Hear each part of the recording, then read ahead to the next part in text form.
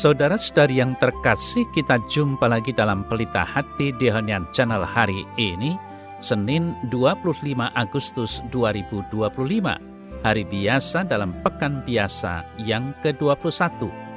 Bersama saya Romo Thomas Suratno SC dari Komunitas SC Teluk Betung, Bandar Lampung, mendengar dan merenungkan Sabda Tuhan, yakni firman Tuhan yang tersurat dalam Injil Matius, bab atau pasal 23, ayat 13 sampai dengan ayat 22.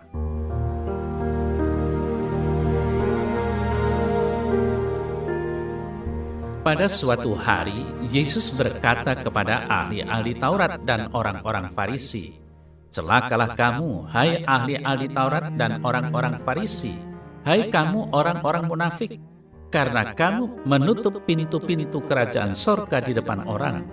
Sebab kamu sendiri tidak masuk dan kamu merintangi mereka yang berusaha untuk masuk. Celakalah kamu, hai ahli-ahli Taurat dan orang-orang Farisi, hai kamu orang-orang munafik, sebab kamu menelan rumah janda-janda, sedang kamu mengelabui mata orang dengan doa yang panjang-panjang. Sebab itu kamu pasti akan menerima hukuman yang lebih berat. Celakalah kamu, hai ahli-ahli Taurat dan orang-orang Farisi, hai kamu orang-orang munafik, sebab kamu mengarungi lautan dan menjelajah daratan untuk menobatkan satu orang saja menjadi penganut agamamu, dan sesudah ia bertobat, kamu menjadikan dia orang neraka yang 2 kali lebih jahat daripada kamu sendiri. Celakalah kamu, hai pemimpin-pemimpin buta yang berkata, bersumpah demi bait suci, sumpah itu tidak sah. Tetapi bersumpah demi emas bait suci, sumpah itu mengikat. Hai kamu orang-orang bodoh dan orang-orang buta, apakah yang lebih penting, emas atau bait suci yang menguduskan emas itu? Bersumpah demi misbah, sumpah itu tidak sah. Tetapi bersumpah demi persembahan yang ada di atasnya, sumpah itu mengikat. Hai kamu orang-orang buta, apakah yang lebih penting, persembahan atau mezbah yang menguduskan persembahan itu? Karena itu barang siapa bersumpah demi mezbah, ia bersumpah demi mezbah dan juga demi segala sesuatu yang terletak di atasnya. Dan barang siapa bersumpah demi bait suci, ia bersumpah demi bait suci dan juga demi dia yang diam di situ. Dan barang siapa bersumpah demi sorga, ia bersumpah demi takhta Allah dan juga demi dia yang bersemayam di atasnya."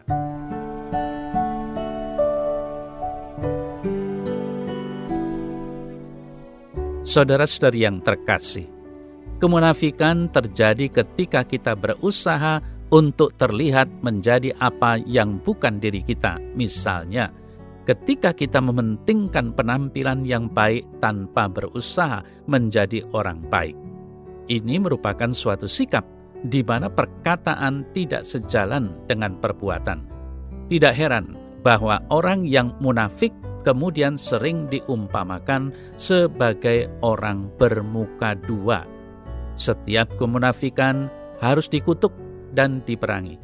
Kita harus ingat bahwa meskipun kita bisa saja membodohi orang lain, kita tidak dapat membodohi Tuhan.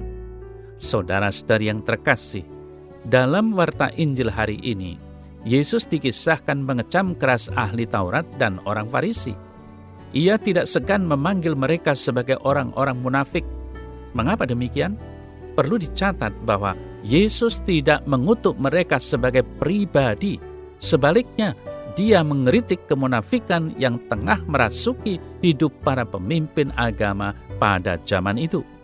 Ia menegur mereka karena menganggap diri sebagai kelompok yang terbaik dan yang paling terpelajar, alih-alih mendorong dan menuntun sesamanya untuk masuk surga.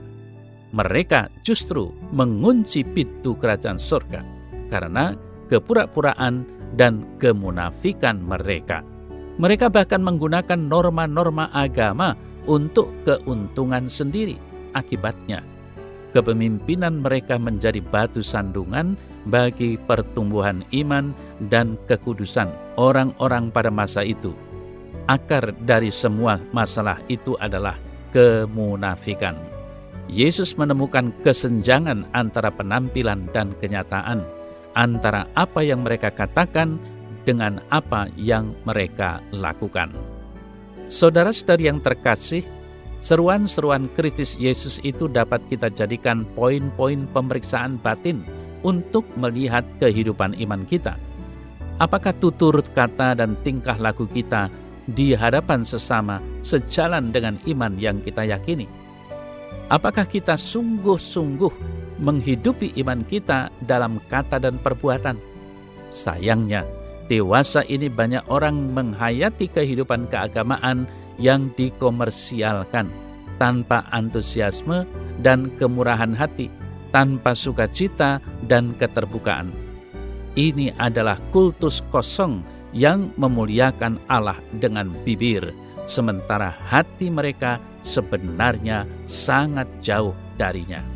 Saudara saya yang terkasih, kritik Yesus terhadap orang Farisi dan para ahli Taurat ini adalah juga panggilan yang mendesak bagi kita untuk melepaskan topeng-topeng kita, agar kita menampilkan wajah kita yang sesungguhnya. Jika kita hidup tanpa topeng di hadapan Tuhan dan sesama, wajah kita akan menjadi sumber cahaya dan sumber kedamaian bagi mereka yang bertemu dengan kita. Itu karena wajah kita memancarkan cahaya sebagai buah dari relasi kita yang mesra dengannya.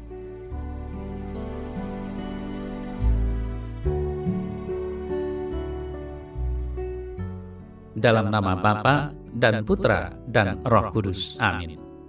Ya Tuhan Allah, bukalah topeng-topeng kemunafikan hidup imanku, sehingga aku menampakkan kejujuran siapakah diriku ini.